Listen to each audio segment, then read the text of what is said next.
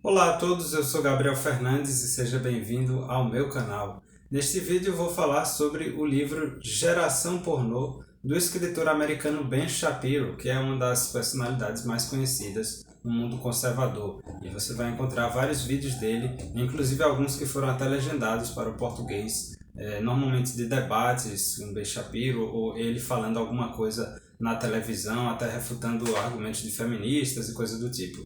Bem, ao contrário do que pode parecer, né, o livro não trata especificamente sobre a questão da pornografia, mas ele fala muito mais da sexualização precoce de crianças e adolescentes e como isso daí se deu pela mídia, pelo cinema, as músicas, a televisão, enfim, como a cultura de maneira geral contribuiu para essa sexualização precoce e quais são os efeitos disso na sociedade. Então, no primeiro capítulo, intitulado Uma Geração Perdida, ele vai falar um pouco da questão, né, apresentar a temática do livro, mas também defender um ponto importante, né, que muitas pessoas dizem que o que cada um faz, né, na sua vida particular diz respeito apenas a ela, né? Ou seja, se não está me machucando, se não está me prejudicando, então elas podem fazer o que quiserem. Mas aí Ben Shapiro vem com essa ideia de que as atitudes que a pessoa toma têm sim um impacto sobre a sociedade, né? Então acabam influenciando um número maior de pessoas. E aí esse hedonismo que nós vemos aí com essa liberação sexual, a libertinagem excessiva, isso daí faz com que a sociedade produza indivíduos muito sem propósito, né? Sem um objetivo de vida maior. Isso daí faz com que haja um aumento de pessoas infelizes, de pessoas deprimidas. É uma coisa que realmente afeta a população de maneira geral. O segundo capítulo, A Diversão com Bananas, o título, ele fala mais especificamente da questão da sexualização de crianças. E aqui ele conta uma história muito interessante, é uma das anedotas assim que mais chama a atenção no livro, que é justamente do caso de Bill Clinton com Monica Lewinsky, né? Então, se você tem aí mais de 30 anos, certamente vai lembrar disso daí, porque na década de 90, ali, não lembro exatamente qual foi o ano, 97, 98, mas foi por ali no final dos anos 90, era uma coisa que era muito comentada, né? Que o então presidente americano Bill Clinton teve um caso com uma estagiária da Casa Branca. E o que foi que isso daí fez, né? Como isso daí impactou a sociedade americana? Bem, como o caso era noticiado diversas vezes na televisão, então muitas crianças acabaram ouvindo aquilo, né? E aí, como se detalhava o que tinha acontecido, né? Da prática de sexo oral envolvendo lá o presidente, então as crianças ficaram sempre perguntando, né? Nossa, mas o que é isso daí? O que é isso daí? E já foi como que entrando no imaginário delas. Mas aí teve um caso muito chamativo, né? Que é narrado aqui no livro, que foi justamente com o aumento da prática de sexo oral, que ocorreu após esse caso de Bill Clinton, né, e toda o escarcéu que foi feito na mídia, teve casos inclusive de práticas nas escolas, ou seja, alguns alunos ali, umas alunas iriam praticar sexo oral nos meninos. Aí teve um caso que é narrado aqui por Ben Shapiro, que foi numa escola de ensino médio, creio. Aliás, acho que seria ainda antes do ensino médio, as crianças ali de 12, 13, talvez 14 anos, e que tinham uns 3 meninos envolvidos nisso e mais de 10 meninas que estavam fazendo sexo oral neles. E aí o diretor da escola chamou os pais, né, fez aquela reunião, então foi um momento bastante sério. Os pais ficaram muito chocados com isso. E aí um dos pais, quando voltou para casa, perguntou à filha se ela estava fazendo parte desse grupo e ela disse que sim. Aí ele ficou muito irritado, né, começou a falar com ela e ela respondeu: mas qual é o problema? Bill Clinton também o fez? Então, nós vemos aí como a figura do presidente ele serve, de certa forma, como não vou dizer um baluarte moral, seria a expressão errada, mas as atitudes de um presidente carregam sim um impacto, né? Tem consequências na sociedade e é algo que nós podemos trazer, por exemplo, para a realidade brasileira de hoje, né? Sobretudo com Bolsonaro aí, quando ele vai a certas manifestações sem as máscaras. Em primeiro lugar, ele está assim se abrindo para críticas da oposição, né? É um alvo fácil de ser criticado com essa atitude, mas em segundo lugar temos também o exemplo que ele está passando e é algo que não deve ser negligenciado, como nos mostra essa história aqui de Bill Clinton. Então, ele ainda fala aqui no livro da sexualização nas universidades, a promiscuidade, o ambiente promíscuo que se cria nas universidades americanas. Fala também das estrelas pop, né? Assim, Christina Aguilera, Britney Spears, e traça todo o desenvolvimento típico de uma delas, né? Começa muitas vezes como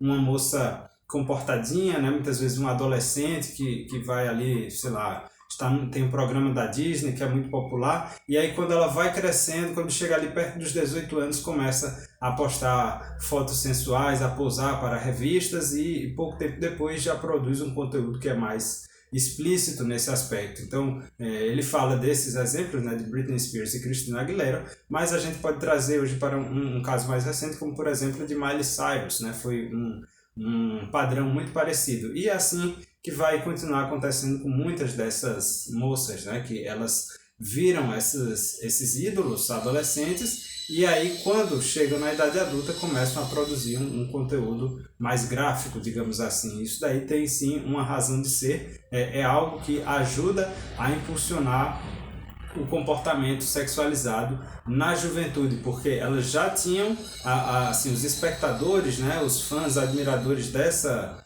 atriz já viam, né, como um modelo. Então, quando ela chega na fase adulta e começa a tomar essas outras atitudes, aquelas meninas que cresceram junto com ela passam também a emular o seu comportamento.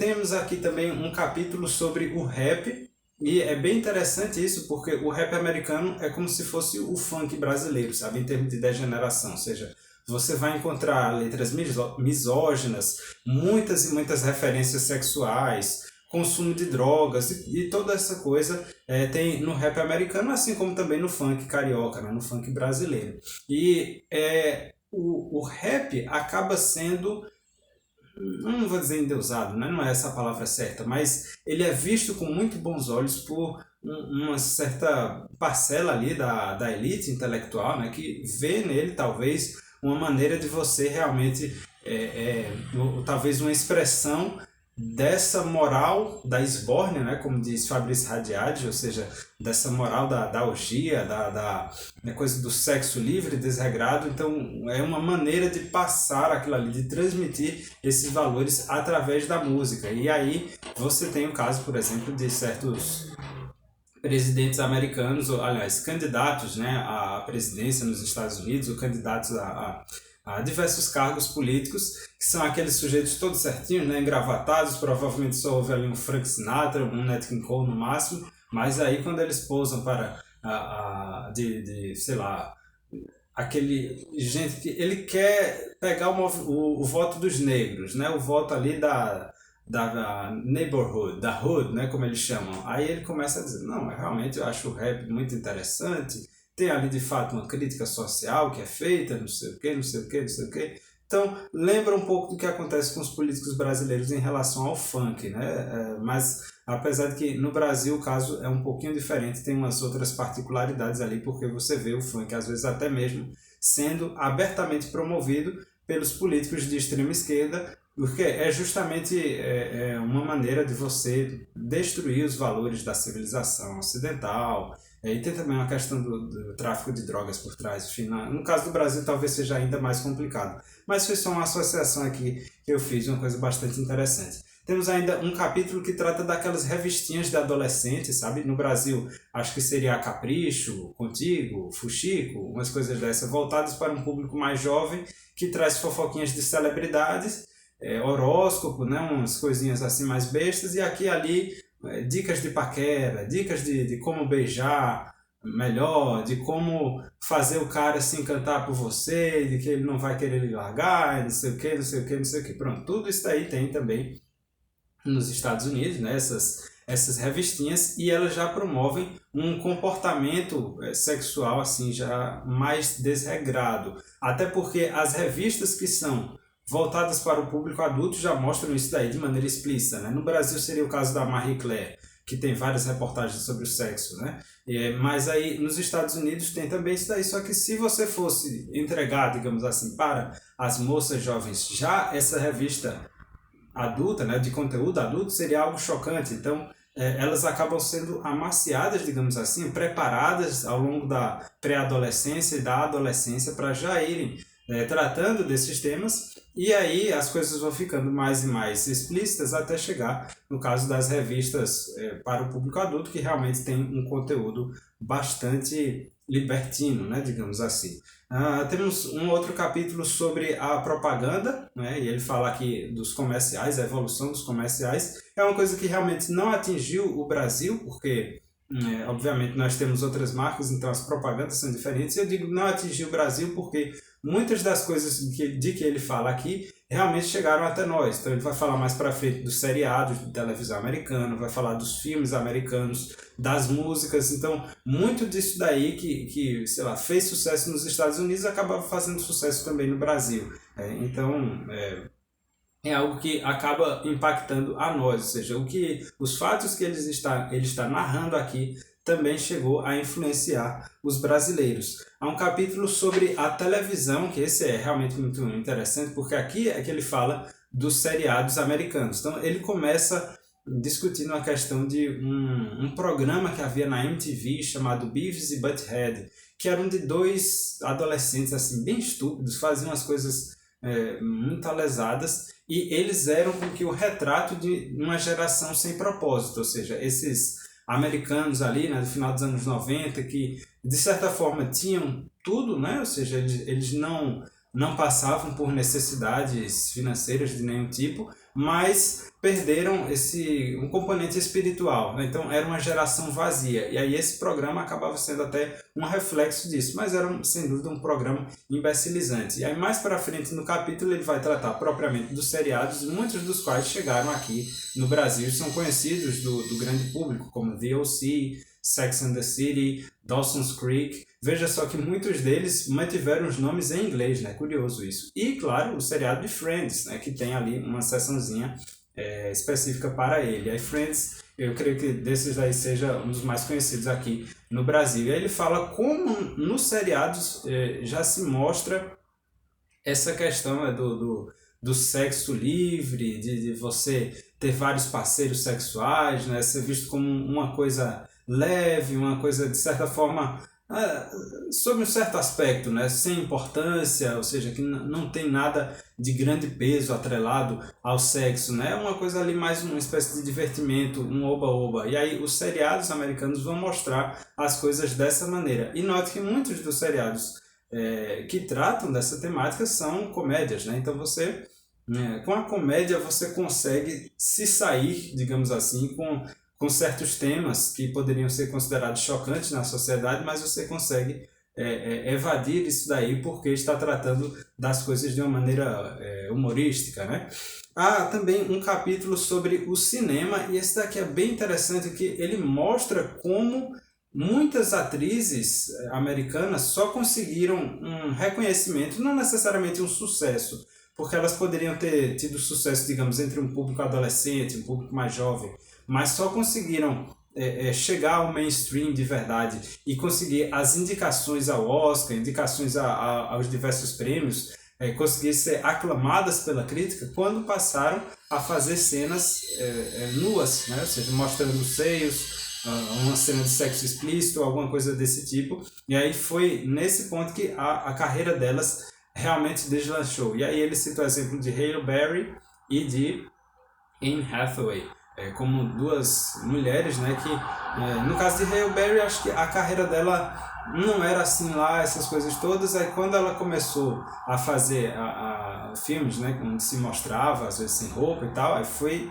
daí de fato que as coisas aconteceram para ela. Então é curioso porque você sempre vê assim um discurso por parte das atrizes, né, dizendo que elas estão fazendo isso pela arte, né, ou seja, a personagem realmente exigia, e vem com a ideia de que há um grande nível de maturidade artística atrelado a essa questão sexual, ou seja, de você se mostrar nu na tela de cinema é um sinal de que você conseguiu chegar a um nível artístico mais alto do que possuía antes, né? Mas, obviamente, a verdadeira motivação para isso daí é financeira, né? Ou pelo menos uma das grandes motivações é financeira. Ele também fala da indústria pornográfica propriamente dita, e aqui vai citar alguns personagens como Jenna Jameson, né? Que foi uma das grandes atrizes pornôs aí acho que ela ainda é viva, né? Deve ter ali, acho que não sei se fez 50 anos ainda não, mas é um dos grandes ícones do pornô americano.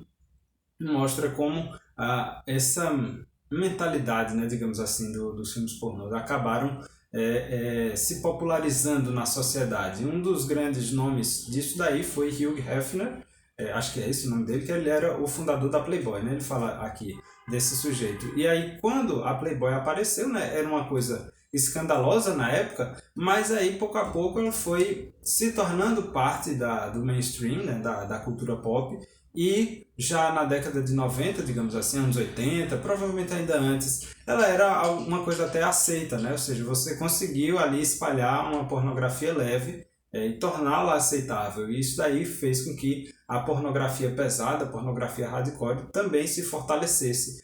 Porque antes a pornografia leve era considerada uma coisa muito obscena, né? Um extremo, e aí quando você passa a deixar a pornografia leve como sendo uma coisa aceitável, então a pornografia hardcore é o que passa a ser extremo. Só que aí você vai sempre aumentando nessa janela, como que é a janela de Overton.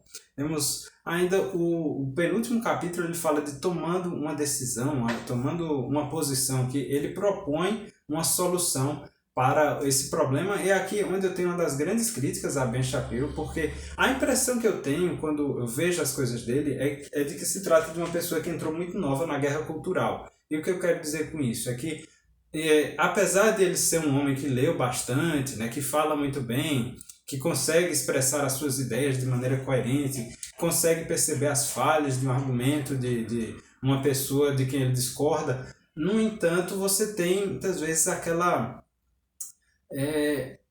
talvez até um pouco de vaidade, sabe? De você querer, ou você dizer que tem a solução para um determinado problema, mas quando você entra muito cedo na guerra cultural, frequentemente você não teve o tempo para estudar um determinado assunto na sua amplitude, assim, para realmente entender de uma coisa, saber qual foi o status questiones, né? Como a ideia surgiu, como ela evoluiu ao longo do tempo, em que ponto nós estamos agora, como essa ideia se encaixa nas outras ideias e nas outras doutrinas que são predominantes neste momento, e o que fazer para mudar essa situação. Então, se você for traçar um paralelo, por exemplo, com o Olavo de Carvalho, Olavo de Carvalho passou vários anos ali como marxista, ele escreveu muito, né, como jornalista, e aí só fez a sua estreia literária, digamos assim, né, ou seja, veio a escrever os seus primeiros livros quando ele tinha mais de 40 anos, e ali ele já tinha uma grande bagagem cultural. Mas Ben Shapiro escreveu esse livro aqui aos 21 anos de idade, ele era muito novo, e acho que nem foi o primeiro livro dele. Então, às vezes eu sinto que ele realmente entrou muito cedo na guerra cultural e aí já vem com essa coisa de querer achar soluções para determinados problemas, mas ele não teve o tempo de analisar uma determinada questão sob um ponto de vista mais amplo. E a gente percebe aqui isso nesse livro, que tem um trecho, por exemplo, de um escritor chamado Tom Wolfe, eu não creio que eu vou encontrar aqui, não separei, mas é de um sujeito que tem umas ideias gnósticas. Então ele fala da libertação sexual como sendo uma maneira de você encontrar a sua verdadeira essência, que seria a centelha divina dentro de cada um de nós. E, enfim, você tem ali toda a estrutura do pensamento gnóstico e Ben Shapiro parece que não tem nada a dizer sobre isso. E nos vídeos mais recentes que ele publicou no canal do YouTube dele, teve até uma indicação de um filme de base gnóstica que ele deu, que falava da preexistência das almas. Acho que é Soul o nome do filme. Dizia assim, poxa, esse filme é legal porque ele tem uma mensagem pró-vida, e provavelmente o pessoal que produziu o filme não deve ter se ligado nisso daí, mas existe a mensagem pró-vida porque já mostra que as almas existiam ali nos bebês, né, que eram incorporadas, não sei o que, não sei o que, não sei o que. O que realmente, podemos dizer que sim, tinha uma mensagem pró-vida ali no filme, mas tinha um conteúdo gnóstico muito forte. E a gnose é a base, assim, de praticamente todos os tipos de doutrinas. Estou falando aqui as doutrinas no sentido mais pejorativo da coisa, tá? Falando, sei lá, o comunismo, o nazismo, você quase sempre vai encontrar uma base gnóstica nesses grandes movimentos, assim. Não vou falar sobre isso aqui no vídeo, né? Obviamente precisaria de muitos, muitos, talvez até mais de hora para você entrar profundamente nesse assunto para fazer com que o público entenda quais são os problemas disso daí, mas é uma coisa que passa despercebido para Ben Shapiro e eu acho que ainda passa despercebido para ele, ou seja, quando ele era jovem que publicou esse livro, ele não falou do assunto e quando ele publicou esse vídeo, postou esse vídeo há alguns meses, ele também não falou disso, então provavelmente ele não tem aí um conhecimento de que se trata ou não estudou essa parte da gnose. Então você acaba tendo uma crítica que pode ser muitas vezes superficial. Estou falando da gnose aqui como sendo um aspecto em particular aqui, mas poderia ser sobre outros tantos aspectos de um determinado problema que ele está tratando, ou seja, não há necessariamente uma grande profundidade no entendimento ali da questão, né? De entender a questão de um ponto de vista mais amplo, de saber como ela está se relacionando com as outras coisas. Mas ele é um grande, digamos assim, um refutador, né? Seria um soldado ali raso, talvez, da guerra cultural, uma pessoa extremamente valiosa, né? Desse ponto, que é alguém que está lá para fazer as mitadas. Talvez isso daí seja a grande força dele hoje. Mas enfim, é apenas a minha crítica a Ben Shapiro. E o último capítulo do livro é uma mesa redonda que tem acho que ele pôs umas duas ou três perguntas para um grupo de estudiosos, né? Tem até um padre ali no meio, tem acho que um professor universitário, se não me engano, e aí eles vão desenvolver um pouquinho aquele tema, né? Sobre por que os jovens de hoje estão cada vez mais deprimidos, mais solitários, o que a revolução sexual, qual o papel da revolução sexual nisso tudo e o que nós podemos fazer para combater isso daí. Aí é um capítulo bastante interessante do livro. Você tem essas diferentes opiniões de conservadores falando desses temas. Então, este é o livro Geração Pornô, de Ben Shapiro. Se você gostou desse vídeo, curta, comente, compartilhe, se inscreva no canal e até a próxima. Valeu!